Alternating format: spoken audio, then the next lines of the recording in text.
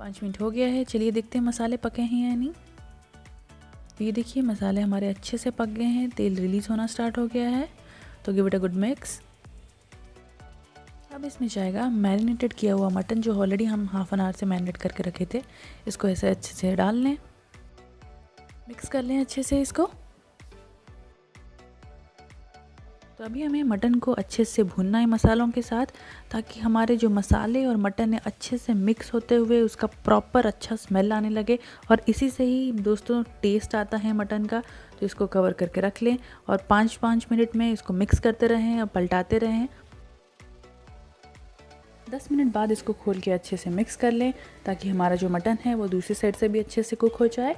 और ध्यान रहे ये प्रोसेस हमें मीडियम फ्लेम में ही करना है, हाई फ्लेम पे बिल्कुल नहीं करना है दोस्तों, नहीं तो हमारे मसाले बस जल जाएंगे, वो अच्छे से मटन के साथ भुनेंगे नहीं और वो टेस्ट बिल्कुल नहीं आएगा। तो इसलिए ध्यान रहे मीडियम फ्लेम में ही रखें।